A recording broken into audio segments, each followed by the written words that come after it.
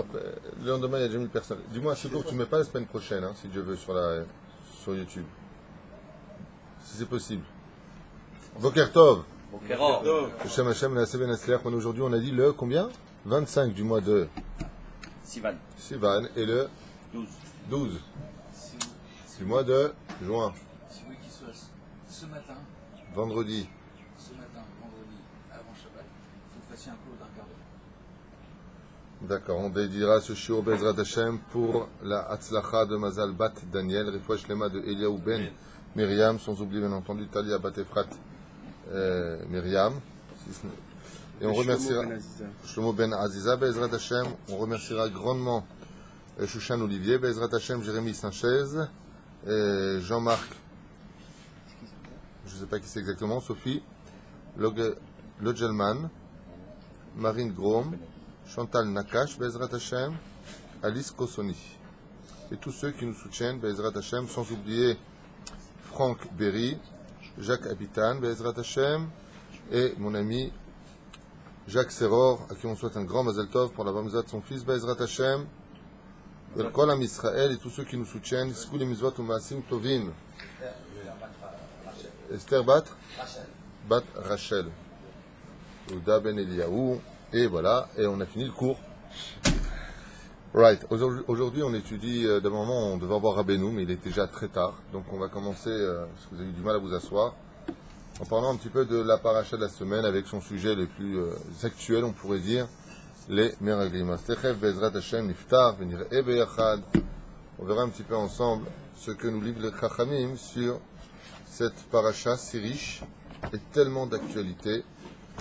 Ne pas dire de mal sur la terre d'Eretz Israël.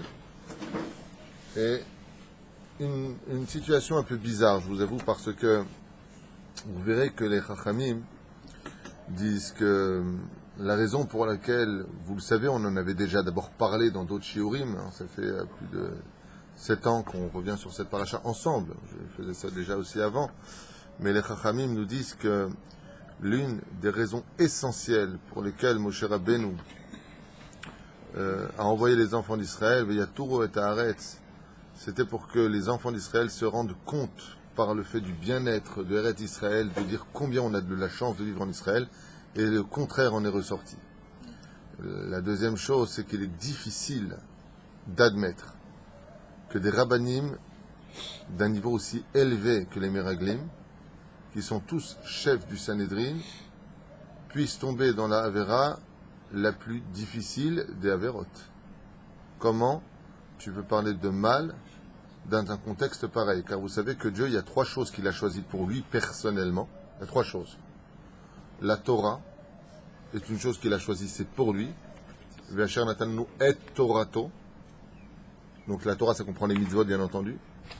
La deuxième chose, c'est le peuple d'Israël. Am Segula, vous êtes mon peuple, dit le Créateur du monde. Asher Bahar Banu Mikol Amim. Dieu a choisi le peuple d'Israël parmi toutes les nations du monde pour se dévoiler au Har Sinaï et donner sa Torah. Et la troisième chose qu'il est choisi bizarrement, au même niveau que les autres, Eretz Israël. Sur tous les territoires de la création et du globe de la terre, l'endroit où Akadosh Baruch Hu décide de résider, où ses yeux sont posés du début de l'année jusqu'à la fin de l'année, ce n'est pas New York, ce n'est pas Paris, ce n'est pas Amsterdam, c'est pas le Japon, c'est pas le Nevada, c'est Eretz Israël. T'as beau faire ce que tu veux en galoute, l'endroit où le Créateur du monde décide de s'installer, qui correspond particulièrement à toutes les parachutes de la Torah, on en parlera souvent d'Eretz Israël, mais particulièrement, Yaya Kitabo à l'arrêt, enfin quand tu seras heureux quand tu viendras en Eretz Israël. Il a choisi au même titre que la Torah, le pays d'Eretz Israël. Au même titre que la Torah. Et la troisième chose qui paraît choquante dans la paracha, c'est que quand nous étions dans le désert, alors que nous venions de recevoir la Torah, on n'a pas hésité à laisser faire un veau d'or, qui est une avodazara terrible, et voilà que Hachem nous pardonne. Donc de prendre une statue qui dit, voici les dieux qui t'ont fait, le Dieu qui t'a fait sortir du pays d'Égypte, c'est à l'article Ilvarecha. Entre guillemets, il y en a qui disent que, même si on le voit, c'est à l'article Ilvarecha, je t'ai pardonné en ces termes, selon tes mots, c'est dit pour la paracha des Meraglim, ceci étant. Mais Rashi le rapporte pour là-bas, pour la faute du veau d'or. Mais par contre, la faute des Meraglim, elle, n'est pas pardonnée. Je ne sais pas si vous comprenez ce que je viens de dire, peut-être que je répète, c'est peut-être pas clair. Le mec, il fait Avodah Zara, Dieu, il pardonne. Mais tu as dit du mal d'Eretz Israël, là, je te pardonne pas. Alors, c'est vrai que la Gemara nous dit que dans chaque génération, on paiera tous un peu dans nos souffrances de la faute du veau d'or. Mais à la réalité, c'est parce qu'on la perpétue. Mais dans l'histoire des Meraglim, il y a quelque chose de surprenant.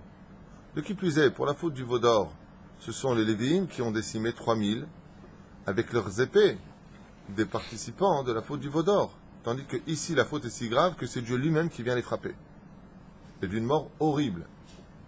D'une mort horrible. Je ne sais pas si vous allez comprendre ce que je vais vous dire, mais pour ceux qui ont fait du Lachon Hara, les 10 rabbanim avec une barbe jusqu'en bas, qui ont voulu sauver et préserver la Torah en galoute, et c'est ce que disent les Parchanim, on va le lire noir sur blanc. Hein.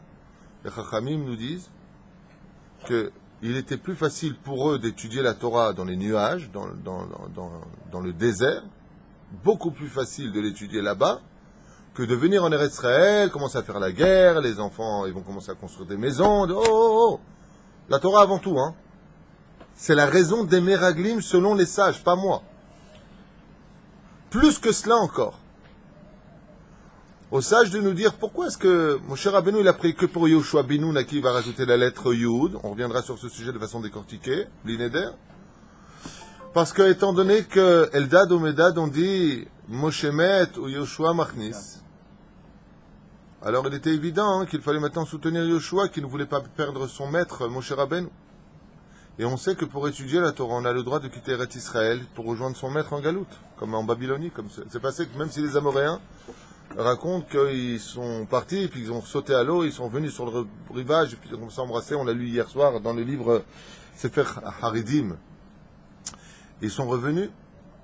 Donc la raison pour laquelle, d'un côté péjoratif, les sages les définissent comme le Sefer Hasidim, qui dit qu'ils sont restés uniquement pour leur kavod. Nous avions d'ailleurs donné une image, si vous voulez que je peux rappeler très rapidement, si vous en avez envie l'an dernier, qui est dans le cours, et je l'ai fait en parenthèse, très très rapidos, de ce roi qui ne s'était jamais vu de sa vie, qui s'était caché, qui avait 7 ministres, vous connaissez? Vous vous rappelez de ça? Vous vous rappelez pas de ça? Ça veut dire que vous ne revenez pas sur les cours? Il avait 7 ministres comme ça, et puis tout se passait merveilleusement bien dans son royaume, il ne s'était jamais posé de questions, jusqu'au jour où un roi lui a offert un miroir, très beau miroir, venu d'Afrique, et puis quand il s'est regardé dans le miroir, il s'est trouvé absolument affreux. Alors il a appelé ses 7 ministres en leur demandant des comptes. Il dit, écoutez, je ne me suis jamais vu de ma vie, je me suis toujours caché, j'ai toujours été un peu timide, mais j'ai toujours eu confiance en votre travail, et maintenant je me rends compte que vous êtes des menteurs. Il dit, pourquoi? Il dit, je suis absolument laid, je suis absolument affreux. Alors il dit, mais pas du tout, vous êtes extrêmement beau. Vous pouvez me dire pourquoi ce miroir me reflète une laideur insupportable? Alors ils ont dit, oui, mais vous savez, il y a un klal qui dit Yahid verabim alaha kerabim, ahare arov laatot. Oui, cette question aussi se pose pour les Meraglim. Ils sont 10 à dire qu'il ne faut pas rentrer en Israël et 2 qui disent faut rentrer en Israël. On va selon qui? La majorité. Alors ça rejoint aussi la question. Et là, qu'est-ce qu'il a dit le roi? Il a dit, vous êtes bizarre, parce que lui, il reflète. Il dit, non, mais lui, il est 1 et nous, on est 7. Si 7, on vous dit que vous êtes beau, et vous êtes beau, Seigneur, et lui, il ne peut pas se ramener à nous. Alors, un des ministres lui dit, vous savez, à votre place, je casserai ce miroir. Hein. Je l'enlèverai, quoi. Le roi, dans une grande colère, a cassé son cadeau, et puis les ministres sont partis, puis en ramassant ce miroir qu'il trouvait si sympathique, il ramasse un morceau, et puis il voit que il est toujours aussi moche. Puis il ramasse encore un morceau, puis il voit qu'il est encore tout.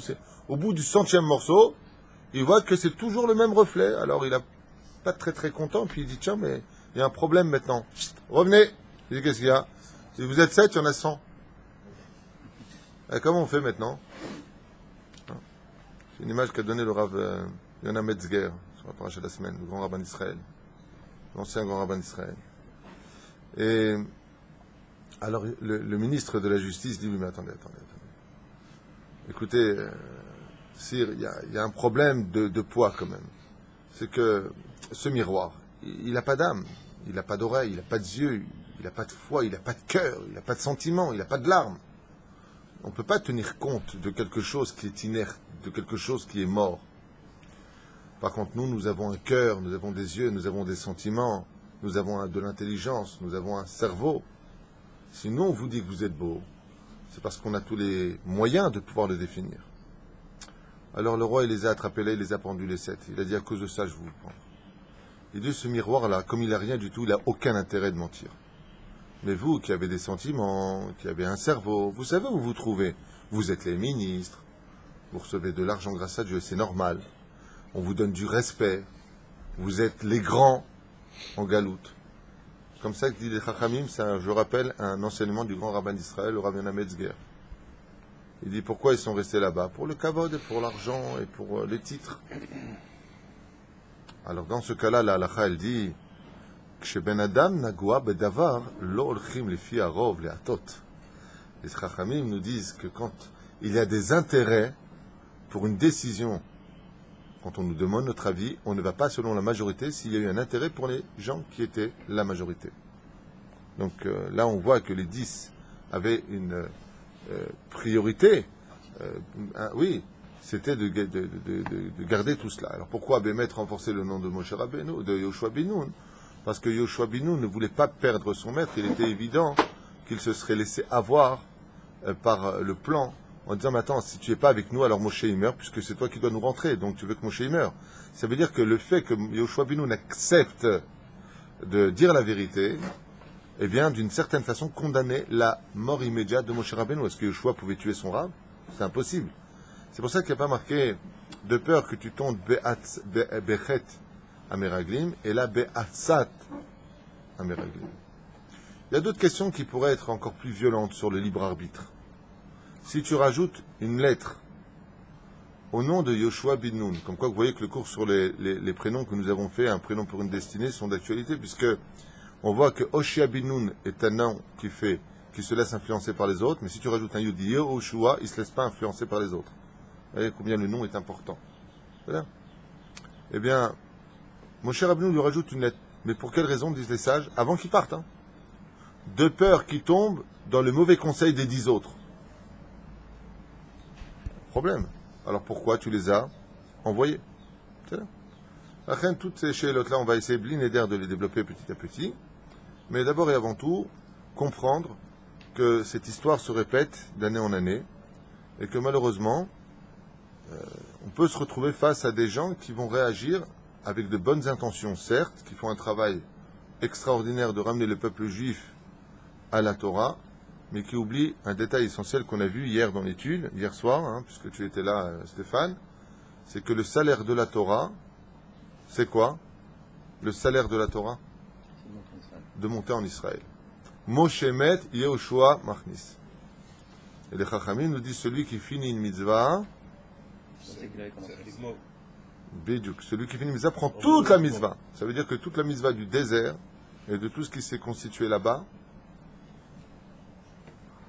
va chez Yoshua ben Nun.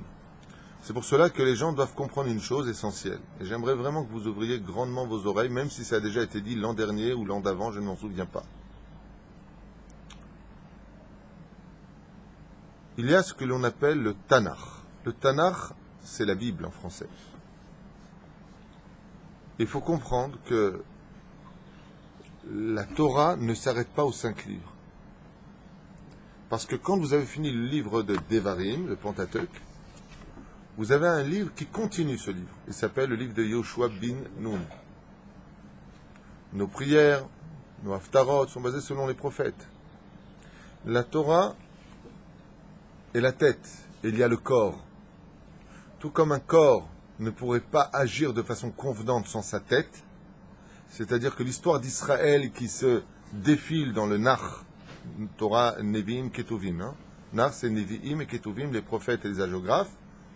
Eh bien, ça, c'est le corps de l'histoire. Si on n'a pas ça, avec la tête, on ne peut rien comprendre. C'est-à-dire que la tête, c'est la Torah.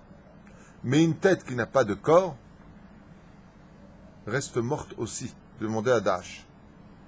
Une tête qui n'a plus de corps, eh bien, la tête n'a plus de signification non plus sur le corps.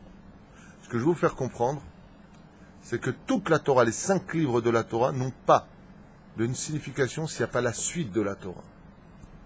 Ça veut dire que quand tu finis avec les aînés Kol Israël dans la paracha de Bezot Aberacha, dernière paracha du livre de toute la Torah, aux yeux de tout Israël, et voici que nous rentrons maintenant dans le livre de Yoshua bin Nun. Et Yoshua bin Nun, maintenant, va concrétiser et accomplir la Torah sur le terrain où là, le Créateur du monde a choisi qu'elle puisse être vécue.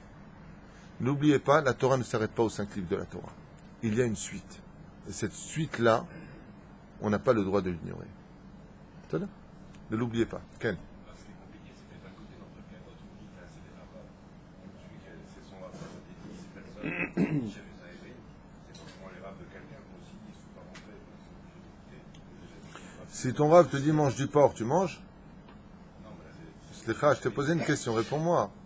Ton rave, il te dit, tu peux aller dans une boîte de nuit, danser avec les femmes, il n'y a pas de problème?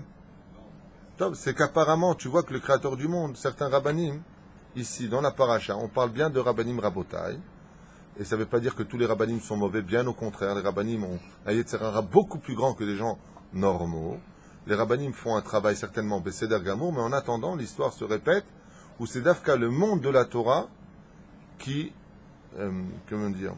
fait obstacle à la Aliyah. C'est quand même assez curieux. Pas forcément, ce sont des conseils qui sont certainement bien donnés. Je ne veux pas revenir sur le sujet, même si j'en pense pas moins. Mais il ne faut pas non plus mettre tout le monde dans le même sac. C'est vrai que je me suis entretenu avec certains rabbanim qui orientent et qui préviennent et qui essaient de rentrer en contact pour voir comment on peut les installer. De quelle façon on ne jette pas non plus des gens stam dans des yeshuvim, après on les laisse. Anilo Yoder. Anilo Yoder.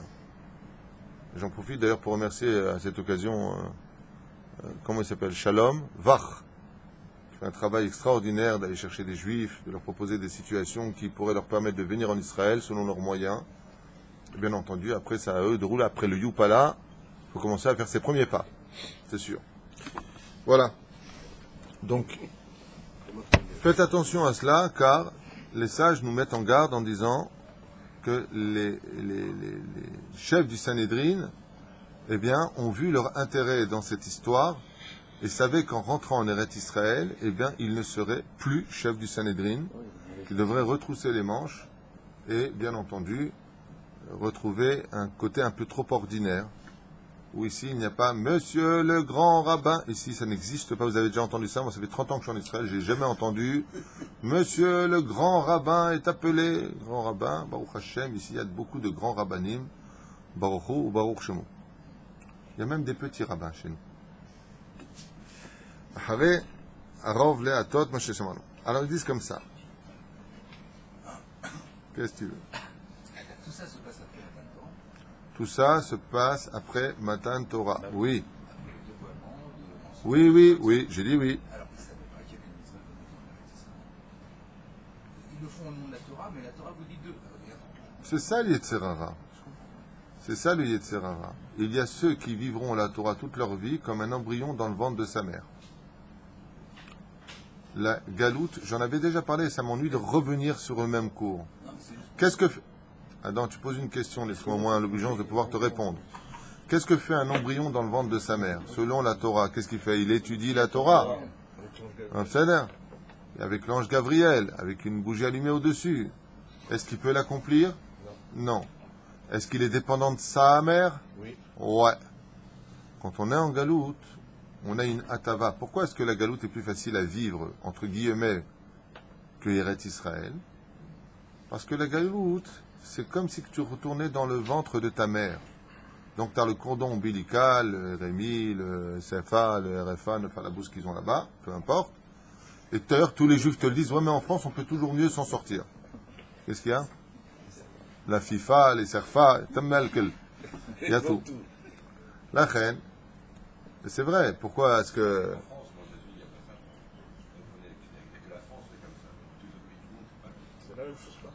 Non, mais malgré tout, non, malgré tout, on voit plus de moyens. Par exemple, un avrech à Los Angeles, j'étais avec mon ami, ça prend juste $5,000 par mois. C'est-à-dire, moi, on m'a proposé une place à New York, à l'époque, à $10,000 par mois. On m'a jamais proposé $10,000 ici. Non, s'il faut les payer 10 000 shekels. Tu comprends? Déjà 10 000 shekels, c'est arriba. C'est là. Aval Baruch Hashem, il y a de l'argent en Israël, il y a tout ce qu'il faut aujourd'hui. On n'a pas le Israël d'avant, comme à l'époque du Rohaïm, comme il y a à l'époque de la première Aliyah, où nos... Qu'est-ce que je raconte? À l'époque, en 1950, il fallait voir comment nos pères et nos grands-pères sont arrivés, dans quelles conditions ils sont arrivés ici.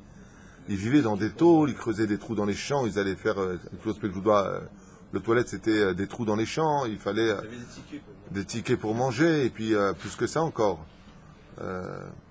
Nanou Alav Shalom, Yadan, quand il est arrivé en Israël, il est arrivé à Yerushalayim, à Malcha.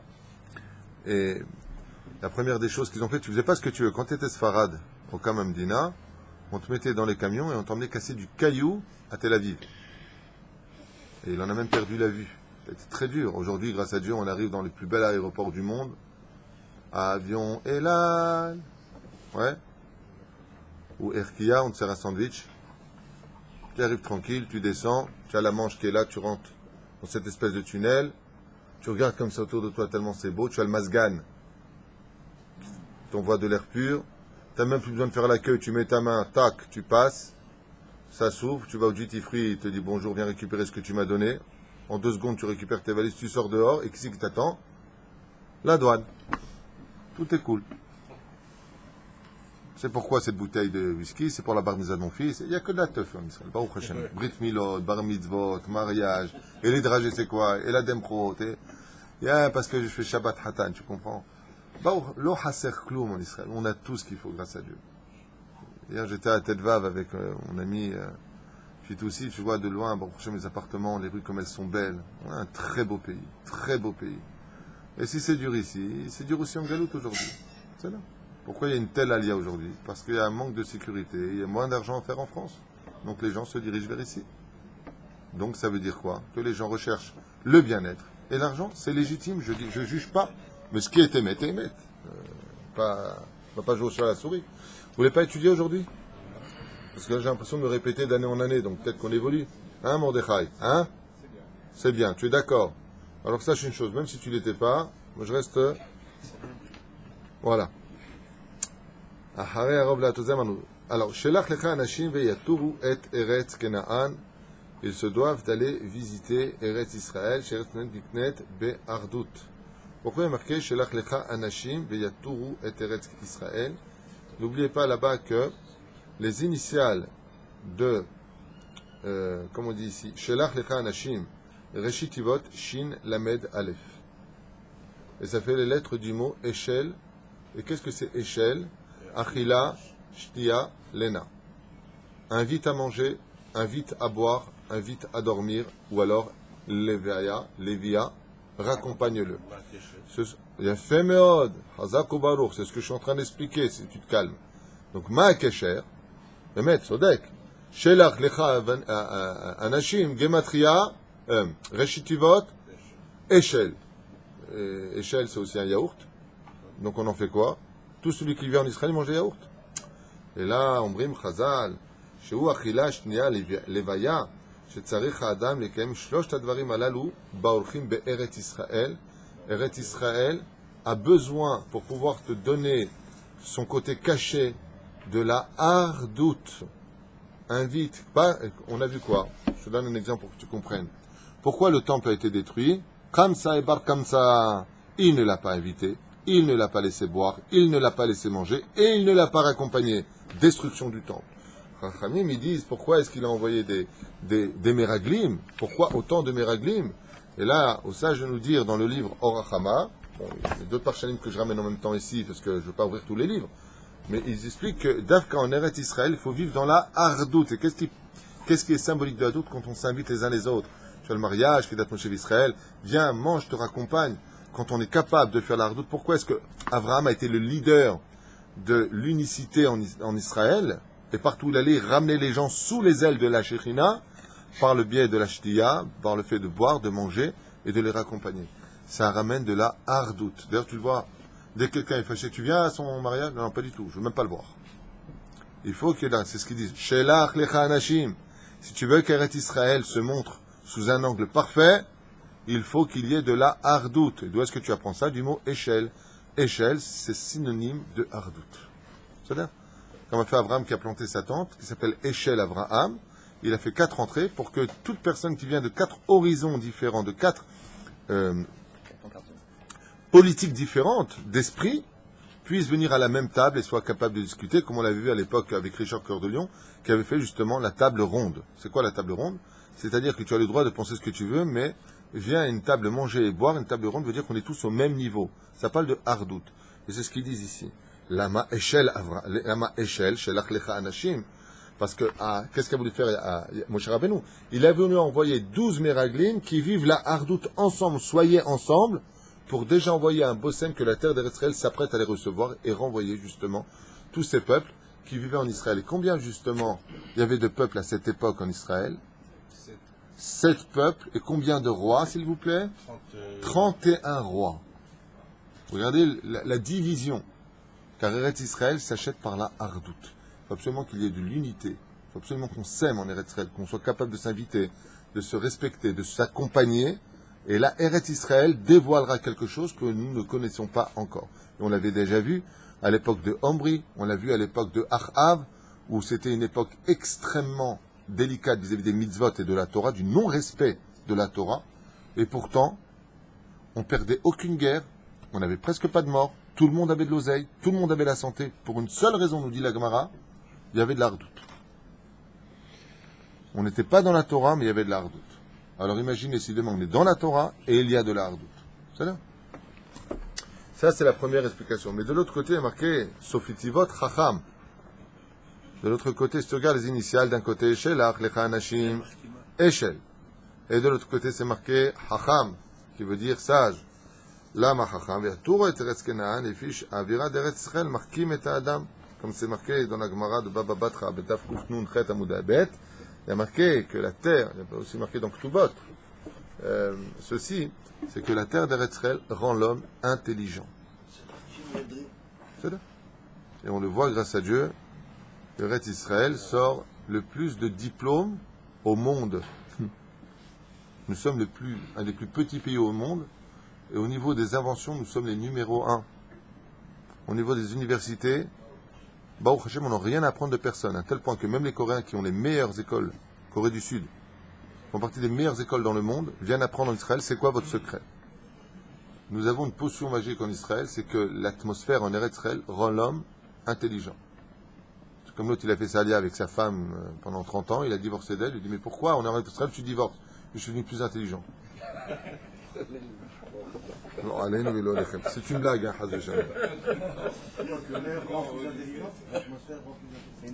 Non, c'est vrai. Je veux dire quelque chose qui est pas très gentil, mais qui est tellement vrai. Alors je m'excuse pour ceux qui sont touchés, mais il n'y a que celui qui le vivra qui le comprendra. Moi, ça fait Baruch Hashem 30 ans que je suis ici. Ce que je dis, c'est pas méchant. Ce que je dis, c'est pas méchant. Ne le prenez pas mal, mais c'est vrai. Une fois, j'étais avec un ami qui s'appelle Alain, et je lui ai dit, tu sais, quand tu viens en Israël, après 1 an, 2 ans, sans revenir en France, sans aller aux États-Unis, et que tu reviens, tu regardes les autres, tu dis, bon, ils sont gentils. Et bizarrement, l'amitié que tu avais pour des personnes que tu estimais, tu les trouves presque fades, voire vides. C'est pas un jugement, je vous promets que c'est vrai. Vous me faites tous comme ça de l'autre côté, mais c'est la vérité. Et je me rappelle que mon ami Alain m'avait fortement critiqué quand je lui avais dit ça. Je lui ai dit, c'est bizarre. Attends, j'étais jeune à l'époque, je vous parle de ça, c'était en 91, 90. Exactement. D'un coup, il y a un décalage. Et ce décalage, il vient du fait que c'est pas qu'on regarde les autres de haut, mais c'est qu'on voit leurs problèmes comme étant petits, alors que chez eux, ça prend de grandes dimensions. Je m'excuse de le dire, c'est vrai. Bon, mais je peux te dire une chose. À chaque fois que j'ai parlé de ça à quelqu'un, un Français qui venait d'arriver après 1 an, 2 ans, il est parti. Il m'a dit, ouais, je sais pas, ils sont trop gentils. Bon, tu veux manger au restaurant? C'est un restaurant, viens. Je sais, viens, on bosse. Là, il faut foncer. En Israël, on est différent. Et ça vient sachez-le, c'est ce qui est marqué ici. Sofitivot Chacham, c'est que la Avira de Eretz Israël rend l'homme mamash sage, plus intelligent. Juste une parenthèse comme ça à rappeler en l'honneur de notre terre, Baruch Hashem, que le Créateur nous a donné. Alors, il Sofitivot Tour et Eretz Kenaan, et puis Shavira d'Eretz Israël, Markim et Adam. Donc, allez là-bas pour devenir plus intelligent. Alors, dans ce cas-là, il y en a un qui va me dire, ouais, mais attends, t'es gentil. Il les envoie en Eretz Israël, et ils reviennent plus intelligents, ils font du Lachon Hara sur Eretz Israël. Je vais dire. Et la réponse est Yetzer Hara Gadol Minoso. Le Yetzer Hara grandira toujours plus que celui qui a de l'intelligence. Plus tu auras de l'intelligence, et plus ton Yetzer Hara grandira. C'est pour ça qu'une fois que tu t'es rempli de l'intelligence, il faut se vider de ton intelligence. C'est ce qu'on appelle Ashlachat HaMochin, sujet qu'on a déjà vu ensemble. Ish echad lemate abotav tishlachu. Et là, le verset nous dit un homme, par tribu de ses pères, tu enverras. Pourquoi il y a ici une répétition? Ish echad. Tu dis Ish echad, vezeu. Sur ce, il y a beaucoup d'explications qui sont données, je vais en faire deux rapides. La première, c'est que Ish echad fait allusion au Shevatim. Reuven, Shimon, Lévi, Yehuda, Issachar, Zevulun, et Choulé. Il a demandé, Moshe Rabbeinu, que les Avot, l'âme des Avot, accompagne les chefs du Sanhédrin qui allaient partir. Donc, si j'ai la Neshama des Avot, c'est-à-dire des Shevatim, des tribus, et j'ai les Meraglim qui y vont, combien j'ai de personnes qui y vont? 2. C'est ce qui a marqué ici en Remez. Ish Echad, les maté, Echad, la maté, Avotav, Tishlachu. Misé Avotav. On aurait pu penser au niveau du Pshat qu'on parle des pères des tribus, qui sont les chefs du Sanhédrin de l'époque qui vont aller en Eretz Canaan. Et là, Perouche Adavar, She'em, Mevakshi, Moshe Rabbeinu, Bikesh, une aide des Shevatim dans les cieux de descendre au niveau de l'âme et d'accompagner leurs aïeux, c'est-à-dire les chefs du Sanhédrin de cette période.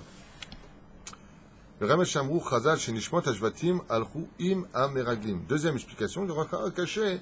Et la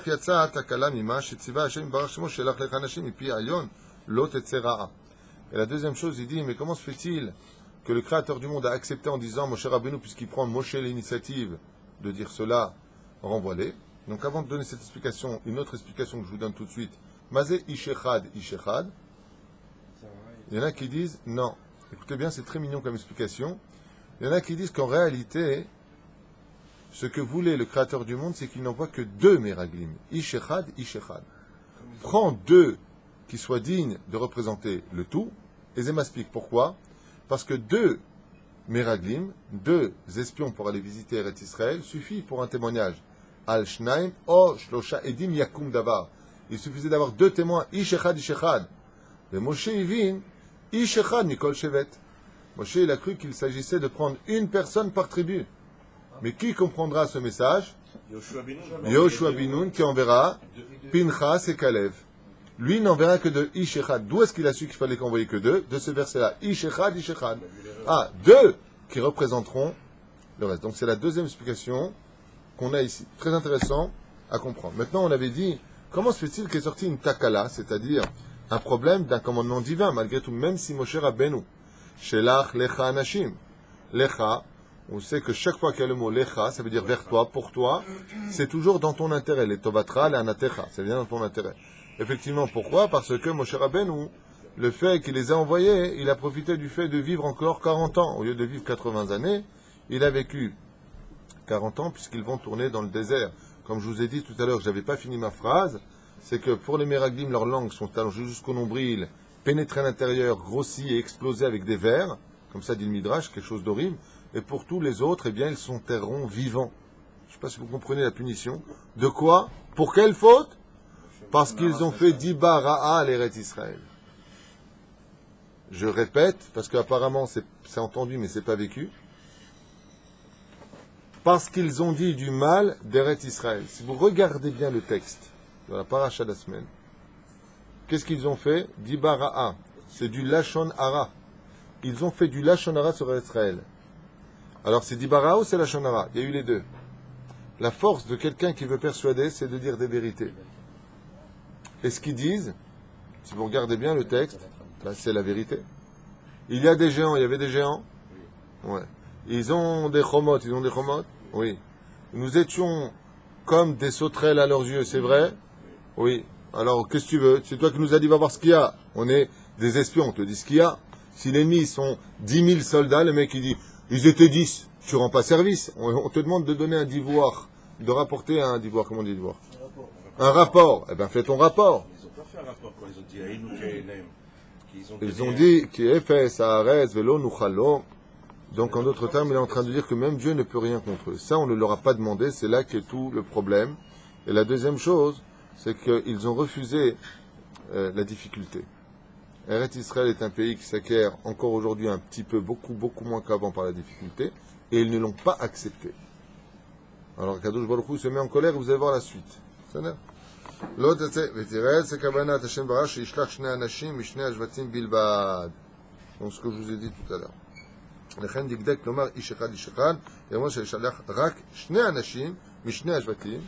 Donc il y en a qui disent par contre qu'il fallait envoyer 2 hommes par tribu et non pas un homme. Donc on a plusieurs déotes qui sont données ici. La première, c'est que les âmes de Réhouven, de Shimon, de Lévi sont descendues. La deuxième, c'est qu'il fallait envoyer que 2 anashim seulement, 2 hommes et pas plus. La troisième explication, c'est que Moshe Rabbeinu, il y a une autre takala qui dit qu'il fallait envoyer 2 hommes par tribu. C'est ça? Troisième explication.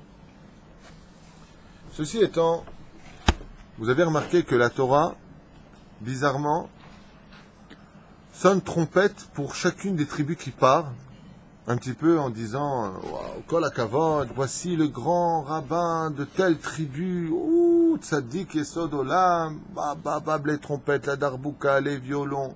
Ça n'arrête pas. Ils sont partis dans une grande gloire comme ça pour aller là-bas. Tout le monde les accompagne, tout le monde les regarde, tout le monde les applaudit. Et de là, on voit que Eretz Israël, ça marche pas quand tu viens et que tu attends qu'à l'aéroport, on vienne te faire la teuf. C'est moi, j'arrive, Israël, je vais vous sauver. Non, pas du tout.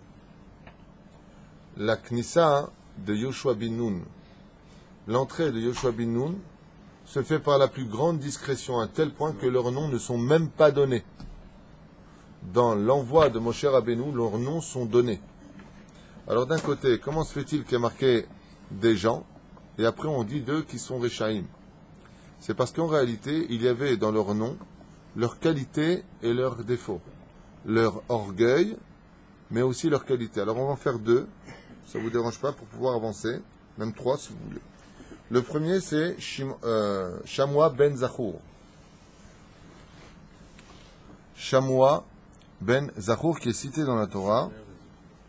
Vema Perushadaba, Shamro Rabotenu Alem Shalom, que celui qui veut se souvenir de son étude devra toujours faire entendre à ses oreilles ce qu'il étudie. Si tu feuillettes un livre, comme dans les bibliothèques en France ou ailleurs, vous avez remarqué que là-bas, ils ont un sol spécial. Quand tu marches, ça ne fait pas de bruit. Et quand tu lis, c'est chut. C'est anti-Torah. C'est pas comme ça qu'on étudie la Torah, sachez-le. Quand on étudie la Torah, on l'étudie à voix haute. D'où est-ce qu'on apprend? Imikan, Shamoua, il était en train d'étudier toute la journée à voix haute, Ben Zachour. Il avait donc le potentiel de se souvenir de toute sa Torah. Chez Kol Mishemashmia Leoznav et Talmudo, Sofo Leizacher Bav ou le Kayema. Tout celui qui fait entendre à ses oreilles l'étude de la Torah finira par devenir le fils du souvenir. Ben Zachour. Ça veut dire quoi Zachour?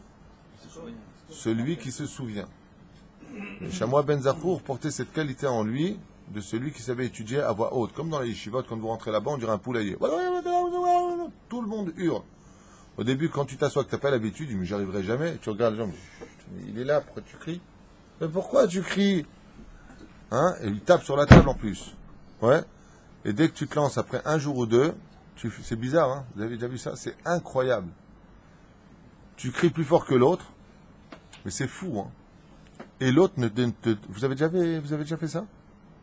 Tu t'es déjà assis dans un kollel où ça hurlait? Et tu dis, t'es concentré? Oui. Oui. Et plus vous le ferez, vous verrez que plus l'autre, vous êtes dans une bulle, comme si que personne n'existe autour de vous. C'est très très spécial. Vezenikra Shamoua ben Zachour. Deuxième nom qui nous est donné, Shephat ben Hori. De là on apprend de lui, Shofet ben Chouri, non méchané. De là on apprend de lui que pour être Shofet en Israël, il faut être ben Hori. Mazé Hori, Horin, il a fait. Seul celui qui est libre et indépendant peut réellement juger son prochain. Et celui qui est dépendant, de peur qu'il se fasse acheter, ne pourra pas juger son prochain. Voilà ce qui est donné ici. Les maté Issachar, Igal ben Yosef. Yosef, on parle de toi. Igal. Et qui c'est Issachar ici? Omer im bakashata lasot tzedaka aseota im amale Torah. De là, tu apprendras que la Géoula, Igal, ça vient du mot Igal, il sauvera. C'est un sauveur. Ben Yosef, mais pour cela, il faudra rajouter. Yosef s'est rajouté. Et il dit comme ça. Qui c'est qui était celui dont on parle dans les Shvatim ici? Issachar. Issachar, c'est quoi? C'était celui qui étudiait la Torah.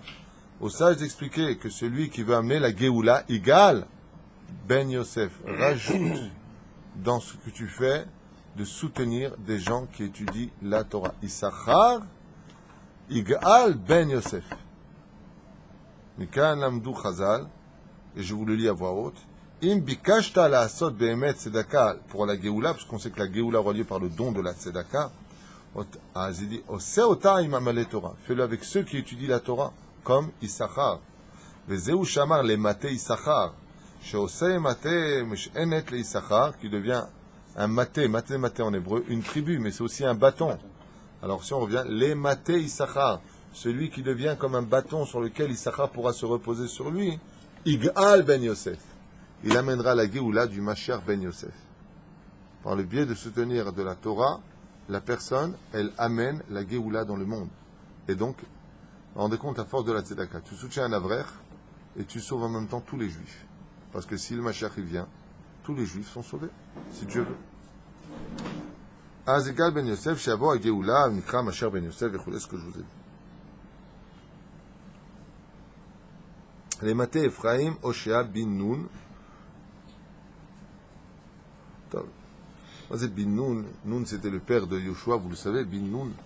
Mais c'est aussi les lettres du mot Nephila, Nun, Shenofel, Bin Nun. Les Pérouche Adavar, il dit ici, Mazé Bin Nun, et Eshatetam, les Machambrou Chazal, de là, chez Bezrat Hashem, que chez Akol Nofel, quand tu vois que tout tombe, Hoshea, c'est une chose. Yehoshua, c'est autre chose. Quelle différence entre Hoshea et Yehoshua?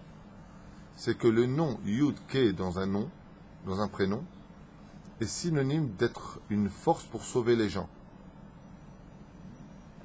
La reine Hoshea, c'est d'ailleurs un très joli nom, c'est une force très forte, mais pas assez forte pour sauver tout le monde. Mais par contre, quand vous le dites, par exemple, Anna Hashem Oshiana. C'est quoi le nom qui est là-bas? C'est Yudke. Si on vient, Anna Hashem Oshia, Oshi, Yudke. Viens me sauver, par quel nom? Le Yud et le He. Le Yud et le He sont les lettres du nom divin qui sont dans les cieux. Et eux, quand tu les appelles, ils sont capables de te relever le monde d'en bas et de te le faire monter. Donc c'est pour ça qu'on a besoin de nous dire les maté Ephraim, Oshea bin Nun. Et donc il deviendra par la suite Yehoshua. Et quelle lettre lui a été rajoutée? Le Yud. Pour dire quoi? Que maintenant dans Oshea, il y a Yudke. Et dès qu'il y a le Yudke, il pourra sauver les enfants d'Israël. Et pourquoi ça s'appelle Bin Nun, pas Ben Nun? Ah, ça c'est encore un autre sujet qui est marqué dans le livre Yosef là-bas à propos de Sarah Imenu. C'était un Ségol, c'est devenu un Tsiri. On en a parlé l'an dernier, d'après je parle de cette Nekuda, sans faire de jeu de mots, dans le cours de l'an dernier. Tu tapes sur le site, Parashat Shalach Lecha, et là-bas je dis pourquoi il marque Bin ou Ben, ou l'année d'avant, je ne me rappelle pas, mais en tout cas j'en ai parlé. Vaikra Yehoshua bin Nun, Yehoshua. D'abord, d'où vient le Yud de Yehoshua bin Nun? Sarai, on a le Yud et on a mis le Hey à Sarai, on lui a donné le Yud. C'est incomplet ce que tu dis. Le Sarai, de Sarai, le Yud qu'on a enlevé de Sarai. C'est ce qu'il vient de dire, là. Toi, tu me fais Antiope, là. Hein? Pourquoi c'est pas complet? Dans la Torah, on a un problème. Quand tu t'appelles Sarai, qui est un Yud, il faut ce Yud le replacer quelque part. Donc vous avez dit, oui, il a pris de Sarai. C'était monté en haut, c'était repris. Ouais, ce qui manquait, c'était de dire que Dieu, il a pris le Yud de Sarai, il a cassé en deux. Si je prends un Yud, ce que je casse en deux, ça fait quoi comme lettre? Hé hé. Sarai devient Sarah avec un E, et Avram devient Avraham. D'où vient le E d'Avram? De Sarai, qui a été coupé en deux. Maintenant, la Torah, Moshe Rabbeinu, il y a un problème, c'est que ce Yud de Sarah, il doit exister. Vaz iniachoto betor Yehoshua. C'est ce qui manquait. Ça, c'est la première chose. Et le Hanav aussi, non? Dans le Hanav, il y avait aussi qu'il avait, Moshe Rabbeinu, il n'avait pas rajouté une lettre aussi. Alors, on va y arriver.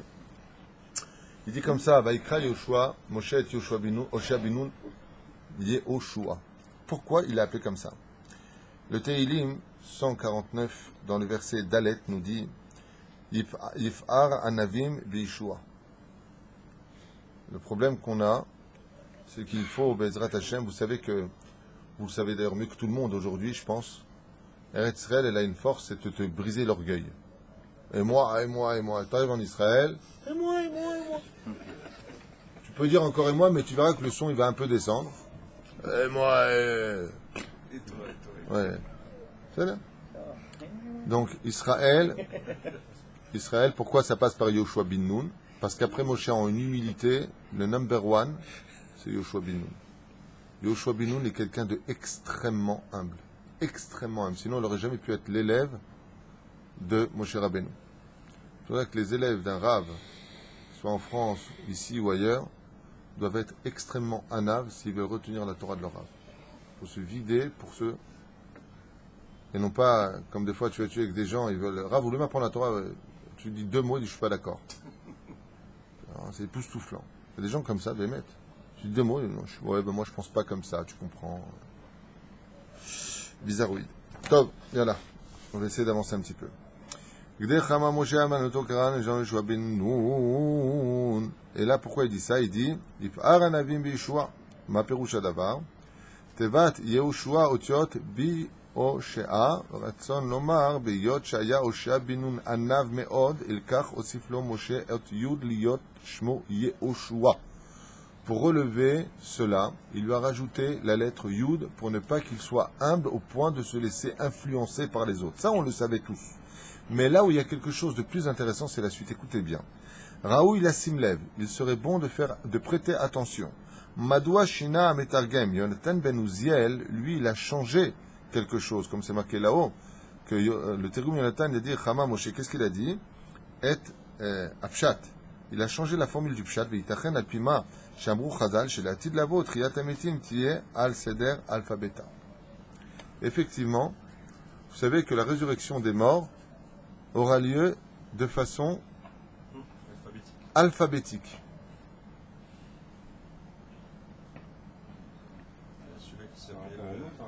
Alors on va comprendre de quoi est-ce qu'on parle. C'est vrai, quand tu vas chez, je sais pas, quand tu es à l'armée par exemple, quand tu es à l'armée, ils t'appellent comment? Hanun, le het il se lève. Pueto, le tête il se lève. Inon, le yud il se lève. Il dit, à la fin des temps, Triat Ametim se passera par ordre alphabétique. Et il y a un problème. Pourquoi? Parce qu'il faut savoir aussi que tout celui qui aura été humble dans ce monde, lui n'est pas dépendant de cette règle de l'alphabet par lequel il se lèvera à Triat Ametim. Aujourd'hui, ça ne nous dit rien, la résurrection des morts. La résurrection des morts, pour nous, écoute, je ne sais même pas ce que c'est mourir, on ne me rappelle pas. Il faut que tu me parles. C'est vrai, au niveau concret, là, maintenant, résurrection des morts. On voit plutôt un film de zombies, un mec qui sort de la terre, on ne sait pas de quoi on parle. Aval, quand on est dans le monde de vérité, on a tellement hâte de Triat Ametim comme Rabbi Meir qui s'est enterré debout avec son bâton, il n'est pas allongé, Rabbi Meir. Il est debout, il attend. Pourquoi? Et ça, j'ai dit parce que Rabbi Meir a dit pour la Triat Ametim, je ne veux même pas perdre le temps de me lever, perdre une seconde de me lever pour servir le Créateur du monde et chanter en son honneur. Donc c'est un problème, ça veut dire que quand on va arriver à la lettre Aaron, Aleph, il va se lever, il va être content, il fait partie des premiers, il se frotte les mains. Comme on a dit, quelle est la punition des Juifs qui ont vécu en Galoute par rapport à ceux qui vivent en Israël? Ceux qui sont en Israël se lèveront 40 ans plus tôt que ceux qui se lèveront après. Mais jamais, quand tu dors, tu dors. Il dit pas du tout. Dans le monde de vérité, de vivre dans un corps et servir Hachem, ça dépasse tous les cadeaux de ce monde. De servir Hachem, de venir dans ce monde pour un tête filine, pour remplacer une mezouza, pour faire Shabbat. Dans le monde de vérité, tu donnerais tout pour ça. Tout. Tu veux aucun salaire. Celui qui sait qui est Hachem, qui sait qui est Hachem. Aval rien pour faire les mitzvot. Donc, Triat Ametim, tout le monde voudra se lever. Mais il y a ceux qui auront un privilège. Ceux qui, même s'ils commencent par la lettre Taf, la lettre Resh, ok, comme Ronen, ok, qu'ils sachent que eux ne sont pas dépendants de l'alphabet, ils se lèveront tout de suite. C'est qui? Ceux qui sont humbles. Ceux qui ont été humbles dans ce monde ne sont pas dépendants de la liste de l'alphabet pour Triat Ametim. Et c'est pour cela qu'on a besoin de nous verser, de nous apporter ce verset des Télim qui dit à propos de Yeshua bin Nun, Fa'er Anavim B'Yeshua, se glorifieront les humbles de la délivrance. Pourquoi ils se glorifieront les humbles de la délivrance, dit le Télim? Parce que celui qui est humble, il se lèvera avant tout le monde. Maintenant, pour Yehoshua bin Nun, il y a un problème. Vaikra Moshe Hoshea bin Nun, Yehoshua. Il faut repousser. Il a fait Meod, enfin t'as réagi. C'est quoi la lettre de Hoshea? C'est le He. Ce qui fait qu'au niveau de l'alphabet, Moshe Rabbeinu aurait dû se lever au 5e palier, à la 5e lettre. Et là, en lui mettant la lettre Yud, il a repoussé. Pardon. Il a repoussé à 5 lettres plus loin. Ça veut dire qu'il va attendre. Est-ce qu'il avait le droit de le faire? Alors vient Yonatan Ben Uziel et il change un peu le pshat. Et il parle de l'humilité d'un coup de Yoshua bin Nun. Il dit quel rapport? À Yoshua bin Nun, tu peux même lui rajouter la lettre Taf si tu veux. Pourquoi? Parce que chez lui, ça ne le disqualifie pas de se lever parmi les premiers à Triat Ametim. Parce que les Hanavim, ceux qui sont humbles dans ce monde, ceux qui savent répondre, qui ne s'énervent pas, qui Bezrat Hashem savent écouter, ceux qui Bezrat Hashem ont de la Torah en eux, qui ont de l'humilité, vraiment, eux, même si ça commence par Aïn, Tzadi, Resh, Lomeshane, eux, ils se lèvent avant tout le monde, avant le Aleph, ils se lèvent. Après, on a besoin de nous dire ici, et là je vous le lis, Alpima Shamrou Chazal, chez la Tid Lavot, Triat Ametim, Tia Lede Seder Alphabeta. Et ça, je nous dis, ça se lèvera par Aleph Bet Gimel, Kegon Avraham, Baruch, Gedalia, Bechoulé. Aval Anavim Yakumut, Kodem Kol Blitor. C'est important d'avoir des noms hébreux. והנה כשרצה משה לקרוא יהושע בן נון, חשש בחמש האותיות, אבל כשרש יהושע בן נון ובנאים, יקומו תחילת המתים, il a pu lui changer son nom. Quoi? C'est important que les gens ils se font appeler par leur nom hébreu. Bevadaï, Bevadaï. Maintenant, une fille qui s'appelle Sophie, alors, c'est quoi sa lettre? Elle a que ce nom-là. C'est sa mère. C'est là. En plus, c'est un nom un peu hébreu, Sophie. C'est pas biblique, mais c'est hébreu. Sophie, ça veut dire ma fin. C'est la fin. Le mec, il appelle sa fille Sophie, ça veut dire ma fin. Fini. C'est le F-I-N. C'est ma fin. Les gens s'appellent Tom. C'est grave. Tom. Ouais. Tom en hébreu, ça veut dire c'est fini. L'achar Tom Devarav. Après qu'il ait cessé de parler. Enfin, c'est important alors d'appeler les Il y en a qui s'appellent Matt. Ouais. Mort. Matt, c'est un nom américain. Ma. Alors les noms, ça veut dire l'important c'est quoi? Qu'on se fait appeler tout le temps par ce nom? On m'explique que les parents ils ont donné un nom hébreu à la personne. Un nom hébreu, Bezrat Hashem Zaïka. C'est à ce nom-là, je sens. Ça va passer à la fin de la chanson.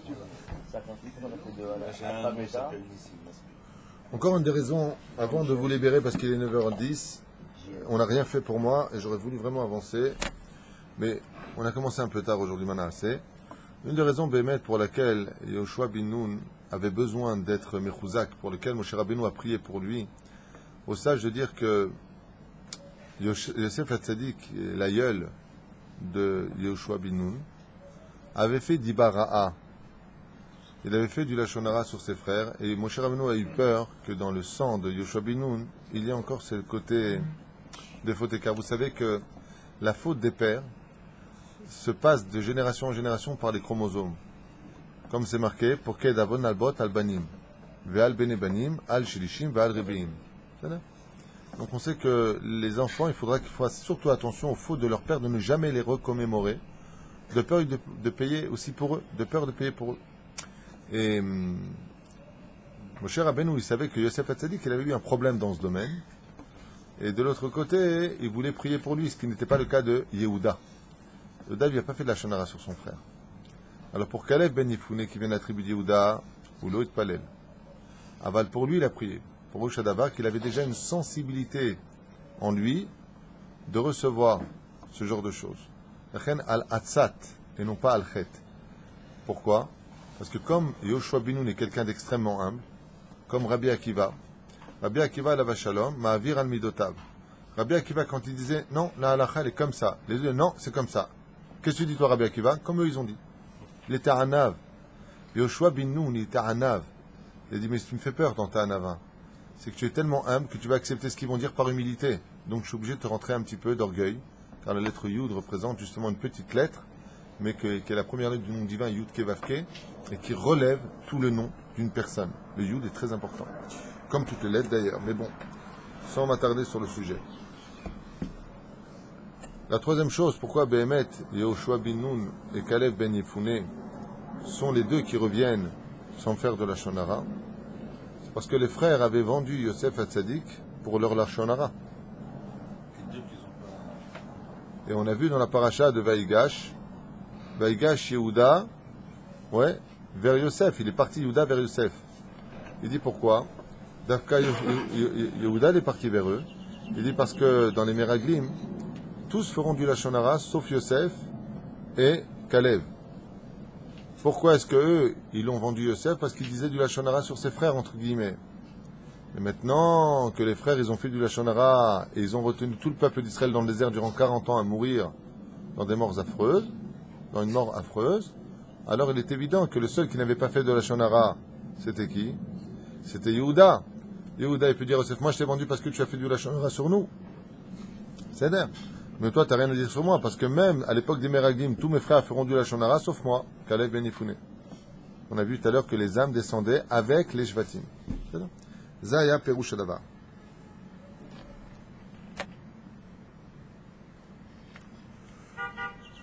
Ensuite, bien entendu, et je finirai avec ça pour aujourd'hui, je vous libère. Alouze ba Negev alitem et Ahar, allez dans le Negev et vous montrez vers la montagne. Et Ahar, on a vu hier que c'est Gematria Torah. Torah Gematria et Ahar, vers cette montagne.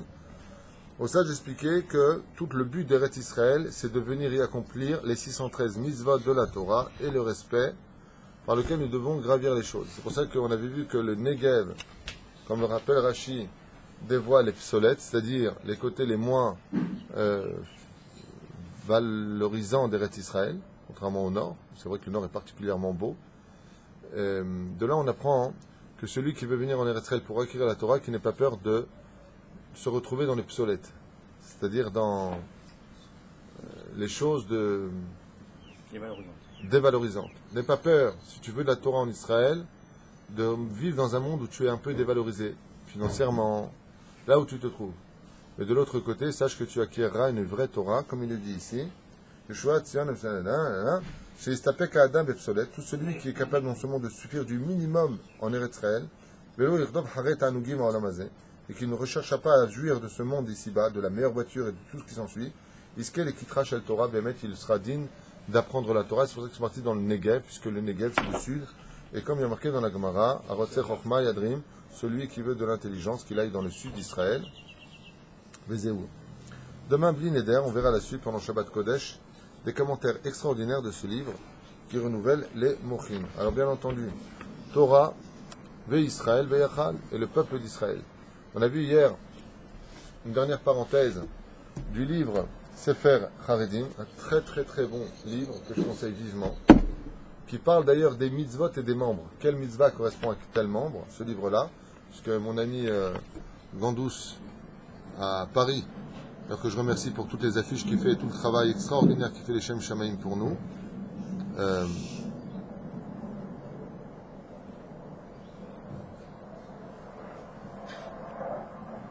pour mon voyage Bezrat Hashem à Paris. J'en profite pour le remercier, j'avais oublié de le faire tout à l'heure.